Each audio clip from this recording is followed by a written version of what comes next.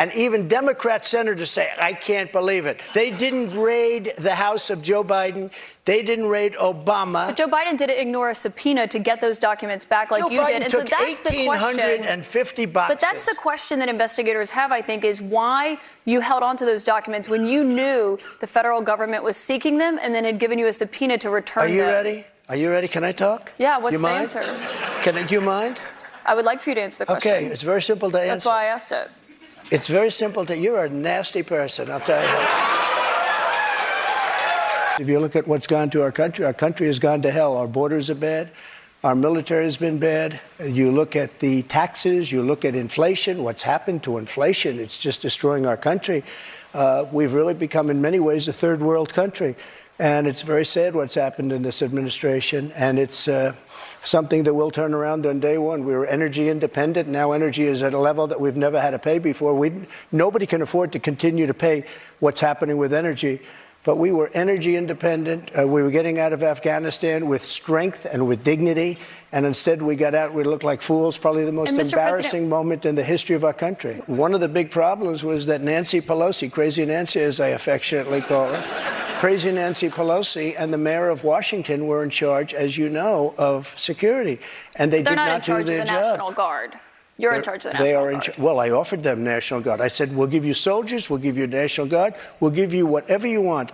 And they turned me down. And in fact, she turned me down. She turned me down in writing. But you said you weren't very involved that day. You did tell your supporters to come to Washington. You tweeted about it, about that speech that happened on the rally. Am I allowed to say that? When they went to the Capitol and they were breaking into the Capitol, smashing windows, injuring police officers, why did it take you 3 hours to tell them to go home? I don't believe it did. Oh, let me pull it out. I have to pull it out.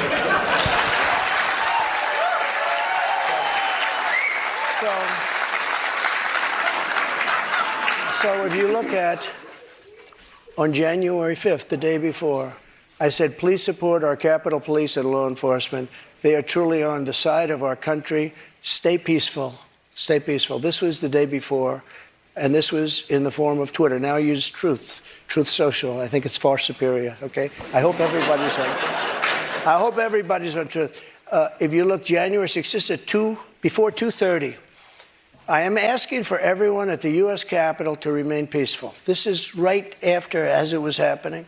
But what happened is they took it down. I don't know why. I think they took it down because it was so good. They didn't like it being up there. I am asking, and we didn't know until I got it back, because now I have 90 million people waiting for me to go back, but I'm on Truth and I'm staying on Truth. Listen, I am asking for everyone at the U.S. Capitol to remain peaceful. No violation. We want no violation. We want no violence. Remember, we are the party of law and order. Respect the law and our great men and women in blue. Thank you. That was at 2:30. That was very early. Mr. President, I looked at the same timeline that you did. No, I know, but you didn't report that. You know why? Because it was taken down. We did report it. I was reporting that day. It was taken down and it wasn't. But when it was clear to you that they were not being peaceful, you saw them rushing the Capitol, breaking windows. They were hitting officers with flagpoles, tasing them, beating them up. When it was clear they weren't being peaceful, why did you wait 3 hours to tell them to leave the Capitol? They listen to you like no one else. You know that. They do. I agree with that. But so why didn't you tell them to go sooner? Nancy Pelosi and the mayor are in charge. I assume they were able to do their job. They weren't. But Pelosi's not in charge of Capitol security. And if you remember, I made a video right outside the Oval Office in the Rose Garden. And I'm very proud of that video. I didn't have a script. I don't need scripts like a certain person that's in there right now. The video, it came out much later after they had already attacked the Capitol. Going back to your influence, in that 3 hours, over 140 officers were injured that day. And a person named Ashley Babbitt was killed. Yes. You know what? She was killed, and she shouldn't have been killed. And that thug that killed her, there was no reason to shoot her. At blank range, cold blank range, they shot her, and she was a good person. She was a patriot. There was no reason, and he went on television to brag about the fact that he killed her. The officer was not bragging about the fact that he killed her, but one person. Will you pardon the January 6 rioters who were convicted of federal offenses? I am inclined to pardon many of them. I can't say for every single one because a couple of them probably they got out of control. But, you know, when you look at Antifa, what they've done to Portland, and if you look at Antifa, look at what they've done to Minneapolis and so many other places. Look at what they did to Seattle and BLM. Many people were killed. These people, I'm not trying to justify anything, but you have two standards of justice in this country, and what they've done, and I love that question, because what they've done to so many people is nothing. And then what they've done to these people, they've persecuted these people. And yeah, my answer is I am most likely, if I get in, I will most likely, I would say it will be a large portion of them. You know, they did a very, and it'll be very early on.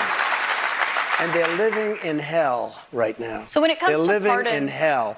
And they're policemen, and they're firemen, and they're soldiers, and they're carpenters and electricians, and they're great people. Many of them are just great people. Mr. President, one of the people who was convicted was a former policeman, but he was convicted of attacking a police officer, I should note. But when you said you are considering pardoning a large portion of those charged with crimes on January 6th, does that include the 4 Proud Boys members who were charged and convicted of seditious conspiracy? I don't know. I'd have to look at their case, but I will say in Washington, D.C., you cannot get a fair trial. You cannot. Just like in New York City, you can't get a fair trial either. This woman, I don't know her. I never met her. I have no idea who she is. I had a picture taken years ago with her and her husband, nice guy, John Johnson. He was a newscaster, very nice man. She called him an ape. Happens to be African American. Called him an ape.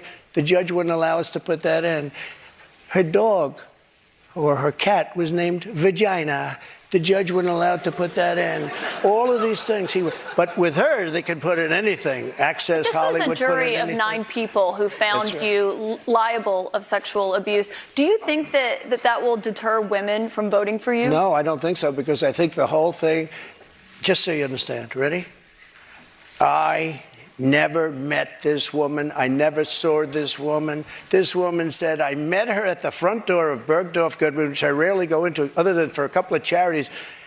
I met her in the front door. She was about 60 years old, and this is like 22, 23 years ago. I met her in the front door of Bergdorf Goodman. I was immediately attracted to her, and she was immediately attracted to me. And we had this great chemistry. We're walking into a crowded department store. We had this great chemistry, and a few minutes later, we end up in a room, a dressing room of Bergdorf Goodman, right near the cash register. And then she found out there were locks on the door, so she said, I found one that was open. She found one. She learned this at trial. She found one that was open. What kind of a woman meets somebody and brings them up, and within minutes, you're playing hanky-panky in a dressing room, okay? I don't know if she was married then or not. John Johnson, I feel sorry for you, John Johnson. Mr. President, can I... What is the first thing you would do to help bring down the cost to make things more affordable? Drill, baby, drill. When we have a debt limit, and they use that very seriously with me, they came in, Schumer came in with Nancy Pelosi, and they were using it, we'll violate it, we'll do whatever. They talked a whole lot different than they do right now. I say to the Republicans out there, congressmen, senators, if they don't give you massive cuts, you're going to have to do a default. And I don't believe they're going to do a default, because I think the Democrats will absolutely cave, because you don't want to have that happen.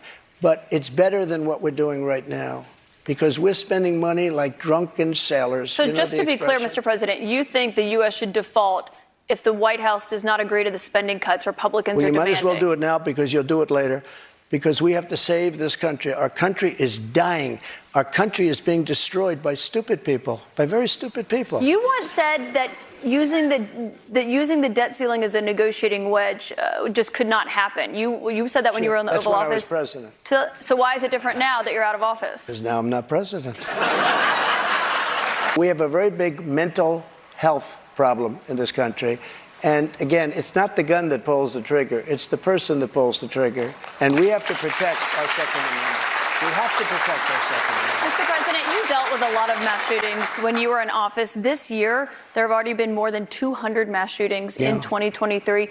If you are reelected, are there any new gun restrictions that you would sign into law? I would do numerous things. For instance, schools, we would harden, very much harden. And I'm a very believer. I believe in teachers. I love teachers. I think they're incredible. And they love the children, not quite like the parents, but they love the children in many cases almost as much. Many of these teachers are soldiers, ex-policemen. They're people that really understand weapons. And you don't need 5% of the teachers would be more than you could ever have if you're going to hire security guards. But in addition to that, have security guards, you have to harden your entrances. You have to make schools safe. And you can make other places safe. But it is a big mental health problem in this country more than anything else. If you look at Chicago, Chicago has the single toughest gun policies in the nation. They are so tough you can't breathe. New York, too, and other places also. All of those places are the worst and most dangerous places. So that's not the answer. I consider the other side to be radical because the other side, under Roe v. Wade and other things, the other side, they're radical because they will. Remember the debate with Hillary Clinton? They said, rip the baby out of the womb at the end of the 9th month. They will kill the baby in the 9th month. If you look at that crazy governor of Virginia from the former governor, where he said, no, the baby will be born, and then we'll decide essentially whether or not to execute the baby. But, Mr. President, can we talk about what you would do if you are No, but these are the radical people. Reelected? It's not the pro-life people that are radical. But if you are reelected and you're... People that will kill a baby in the 9th month or the 8th month or the 7th month or after the baby is born, they're the radicals, not the pro-life people. I just want to give you... You're going to have millions of people pouring into our country right now at a level that nobody's ever seen before. These people are sick. Anybody that wants this to happen to our country, they're destroying our country, and this should not be allowed to happen. How they're not going to do a version of Title 42 or my Title 42, which was tough.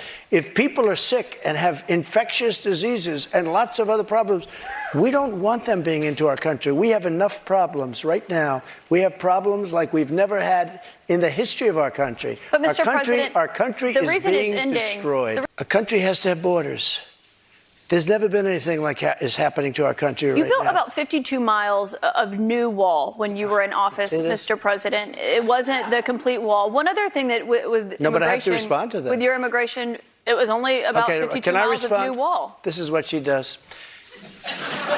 I built hundreds of miles. Some of the wall was up there, and it would be laying on the ground, rusted, rotten steel, rusted, rotten wood, and what the radical left crazy Democrats did, if there's a piece of wood laying down, they consider that a wall. I built 30-foot walls that go down 7 feet into the ground. If there was a little piece of wood sitting in the ground, they said, oh, he's not building a wall. We already had a wall. Because this is the game. They're a party of disinformation. It's not a game, Mr. President. It's about 52 miles of new wall. One other immigration policy you had when you were in office. I built new wall. 52 miles for hundreds of miles. CBP, Mr. President. What I did is I replaced other wall that was laying down, that was up and rotting in the ground for 30 years. If I were president, this would have never happened. And even the Democrats admit that. Putin knew it would have never happened. And his pipeline would have never happened. A lot of things would have never happened. But this would never have happened. And all those dead people, both Russian and Ukrainian, they wouldn't be dead today. And all those cities that are blown up and disintegrated right to the ground, that wouldn't have happened. Would you give Ukraine weapons and funding? I was impeached by a crazy woman named Nancy Pelosi. But the question here is, would you give Ukraine weapons and funding if you were elected? I would sit down. Let me just put it a nicer way. If I'm president, I will have that war settled in 1 day, 24 hours. How would you settle that war in 1 day? Because I'll meet with Putin, I'll meet with Zelensky. They both have weaknesses and they both have strengths. And within 24 hours, that war will be settled. It'll be over. It'll be absolutely over. Do you want Ukraine to win this war? I don't think in terms of winning and losing. I think in terms of getting it settled so we stop killing all these people and breaking down this country. Why did you take those documents with you when you left the White House? I had every right to under the Presidential Records Act. You have the Presidential Records Act. I was there and I took what I took and it gets declassified. Biden, on the other hand, he has 1,850 boxes. He had boxes sent to Chinatown, where they don't speak even English in that Chinatown we're talking about. I got to stop you right there. Nobody talks about him. They talk about us. Just so you understand, I had every right to do it. I didn't make a secret of it. You know, the boxes were stationed outside of the White House. People were taking pictures of the GSA of the various people. I got to stop you right there, though, because the Presidential Records Act, which is not well known to a lot of people, I read it. It does not say that you can take documents with you. It says actually that they are the property of the federal government. It says you talk, you negotiate, you make a deal. It's not criminal, by the way. The Presidential Records Act is not criminal. And just so you know, it does not say you can negotiate to take the documents with you. Can I tell you? Just so you understand, the Presidential Records Act is not criminal.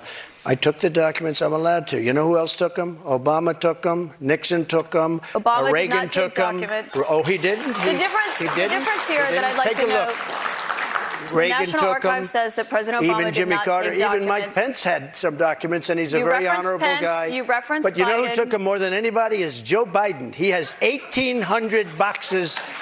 That's and nobody accurate, even knows Mr. where President, they and are. you know that. 1,800, and nobody talks about him. It included a raid on my house. That's what it included. But they didn't raid. You'd gotten a subpoena, and they had not been turned over yet. They didn't raid Biden's house. You know what happened? They put him in the house. That's the one with the Corvette, where the documents were laying all over the floor. That was fine. And you know who happens to be at Mar-a-Lago? Secret Service, and they're phenomenal.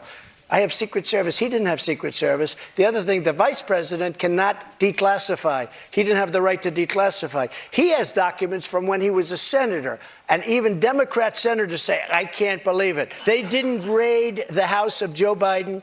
They didn't raid Obama. But Joe Biden didn't ignore a subpoena to get those documents back like you did. And so that's the question. 1,850 boxes. But that's the question that investigators have, I think, is why you held on to those documents when you knew the federal government was seeking them and then had given you a subpoena to return them. Are you ready? Are you ready? Can I talk? Yeah, what's the answer? Do you mind? I would like for you to answer the question. Okay, it's very simple to answer. That's why I asked it. It's very simple to. You're a nasty person, I'll tell you. Can you answer why you held on to the documents? I was negotiating, and we were talking to NARA, that's Washington, to bring whatever they want. They can have whatever they want. When we left Washington, we had the boxes lined up on the sidewalk outside for everybody. People are taking pictures of them. Everybody knew we were taking those boxes. And the GSA, the government service, the GSA was the one taking them. They brought them down to Mar-a-Lago. We were negotiating with NARA. All of a sudden, they raid our house. When Biden had his documents, he won't give back the 1,850 boxes. And you're going to find some real gems in there. Let me ask you a question. Why is it that Biden had 9 boxes in Chinatown? And he gets a lot of money from China. Why is that? And why aren't people? Why aren't people bringing that up? And why don't they put this guy Jack Smith and his group of thugs? Why don't they put him in charge of that? I need to stop you right there because there's no evidence of what you just said there. What you're referring to there is an office that he had after leaving the vice presidency. He had a temporary office. But I want to ask you about another investigation that you're facing. You don't know the subject. I do know the subject. He had one at University of Pennsylvania. But he also had 9 boxes in Chinatown. That you're facing, which is the one that's happening in Georgia, where we are really putting it to Biden. But he's putting it to himself because the economy stinks, inflation is horrible, and the border is a disaster. And by the way he got out of Afghanistan was the single most embarrassing moment in the history of our country. And you know what? If I don't win, this country is going to be in big trouble. It's so sad to see what's happening. But no commitment there on accepting the results regardless of the outcome. If it's an honest election, correct, I will. Okay, so not committing to accepting the 2024 election results or acknowledging what happened in 2020. President Trump, I want to thank you for coming here tonight. This is an important conversation with voters to hear and to have. Thank you to our audience and to our host, St. Anselm College. Thank you very much. Thank you very much, Caitlin. Good job. Thank you, President. Thank you very much. I like you guys. We love New Hampshire. Thank you. Thank you, Woody. Good luck, Woody.